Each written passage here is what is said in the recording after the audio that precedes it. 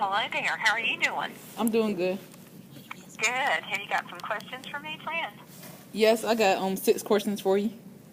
Okay. Well, we can get started whenever you're starting. Where are you a student at again? Hmm? Where are you in school? Oh, Pacomas County High School? Okay, very good. And you're interested in nursing? Yes.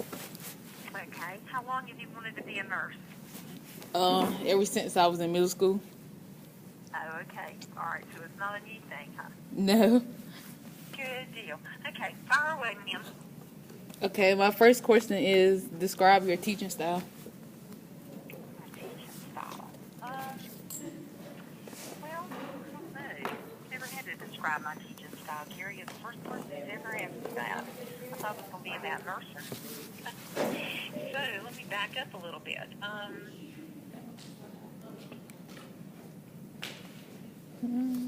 We use a lot of different ways we teach. So I think I try to create an environment where students are not afraid of me and feel free to ask questions, that kind of thing. So, and get the information across and really tell them why things are important. And I think when people understand why it's important, they have better follow through with what they do. So I don't know exactly what that style of teaching it fits into, but we do lecture. Plus, we do demonstrations, we use videos, we take them to clinical, we work with them in lab. So there's a lot of different strategies we use. I don't know if that answers any of your other questions about teaching style. Yes, that answers. What is your biggest challenge in being a nurse? In being a nurse? Yes.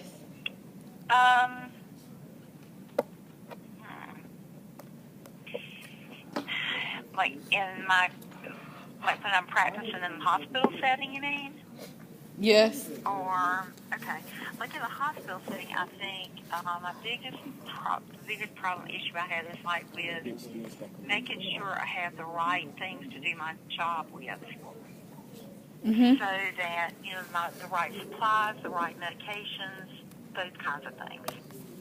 Okay. And let me see. So what made you want to become a nurse? Well, when I was a little girl, my daddy broke his leg. My uncle had a really bad liver problem and threw up a lot of blood, and so I was always around people who were sick in one shape, form, or fashion.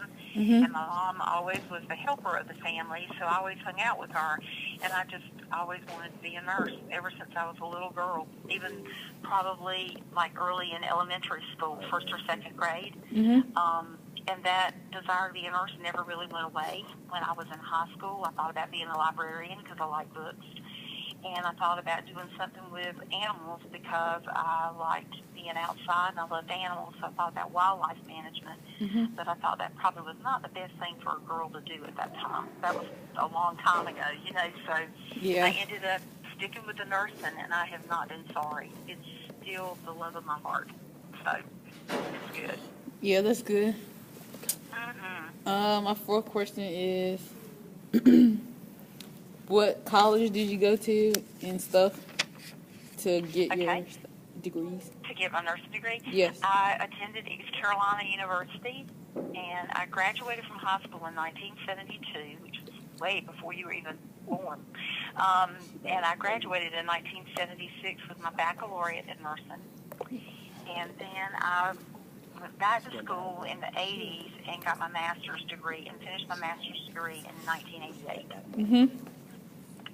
Okay. My fifth question is, what qualities do you have to be a nurse? I think the most important thing, well, there's several things that are important. You can't really do one without the other. Number one, you have to be smart to be a nurse. Because your patients are dependent on you to figure out how to help them or to notify physicians or nurse practitioners or PAs who are going to need that information to make a decision about their care. Either x-rays they need to have or medications they need to take or not take. So you have to be really a very smart cookie to be a nurse.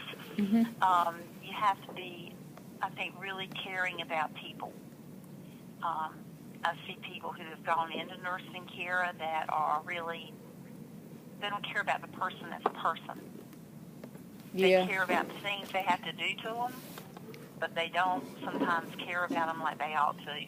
And until you can get to know a person, know that patient as who they are outside, whatever, like maybe it's a farmer who hurt his leg on a combine, or maybe it's somebody who goes fishing, who fishes for a living and he's hurt his hand, you know, and he's not going to be able to pull up nets or whatever he's done for a living. You have to understand where people are coming from and how what they've got going on with them is going to change their life. Yes. And when you know that about them, then you care for them, and the care that you give to them comes from a different place. You know what I'm saying? Is that they're not just a body to do these things to. They're a person who has had a really bad experience, and it may be somebody who's found out they have diabetes. Well, they have to learn how to watch their diet, and they're going to have to learn how to monitor their blood sugars and maybe give themselves insulin if it's a type 1 or as deep, you know, hard enough that the case is such that their blood sugar needs insulin. And that changes your life completely. There's not a day that goes by that a diabetic gets to not think about their blood sugars. You know what I'm saying? Yes. So if you can't connect on that kind of level with your patients, you can give okay care, but you won't give the compassion they need. Does that make sense? Yes, it does. Okay. Who else is listening with you? It's other people here that's doing interviews and stuff. Oh, okay. Other students. Okay. And my last question is, what is your quote? Like, what is the quote you live by, or your favorite quote, or something like that? Oh, my favorite quote. Oh, my gosh. Oh, my word. I should have these questions ahead of time, Kira. I could have come up with something really good.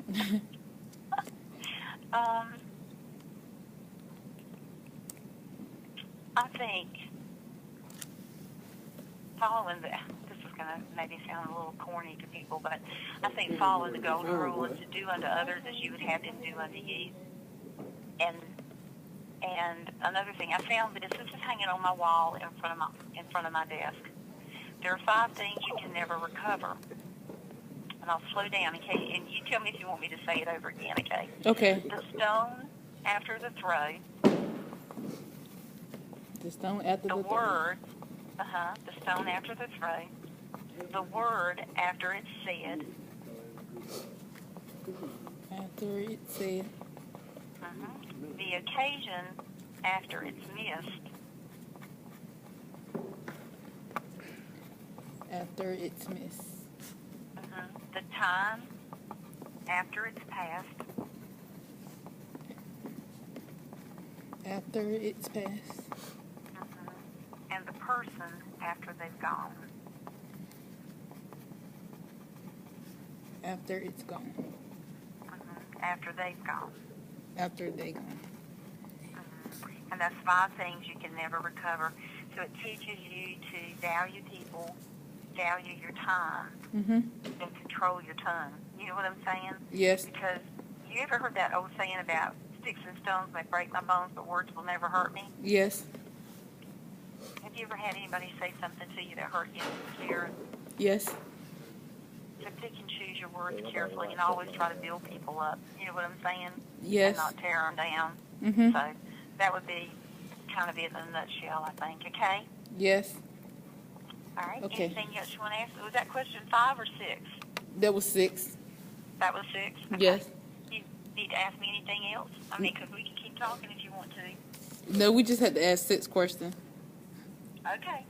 All righty. If you change your mind and you need some other answers, you can leave me a voicemail with the questions, and I'll try to call you back. I've got to teach lab this afternoon, and I've got clinical tomorrow, and so it might be later on. When is your paper due? Is it tomorrow? Wednesday. Wednesday. Okay. So if you think of something else you want to add in there or something that's not clear to you, then you can just give me a call back, okay? Yes. All right. Good luck Thank on you. your journey to nursing, friend, okay? Okay, you're welcome. Thank you. Maybe I'll see you over here at ECU one day. You will. All right, I'll plan on it, okay? Okay. All right, All right. bye-bye. Bye. Bye.